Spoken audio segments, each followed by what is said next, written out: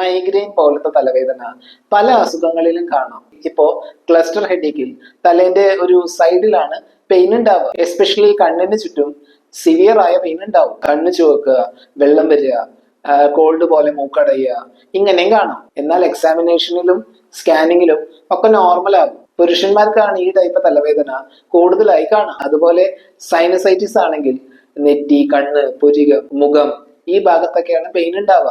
ഏതെങ്കിലും ഒരു സൈഡിലെ സൈനസ് മാത്രമാണ് ഇൻഫെക്റ്റഡ് ആവാന്നുണ്ടെങ്കിൽ ആ ഭാഗത്ത് മാത്രമാവും പെയിൻ ഉണ്ടാവുക. സോ ഇതും മൈഗ്രെയിൻ ആയി മിസ്ഡയഗ്നോസ് ചെയ്യാറുണ്ട്.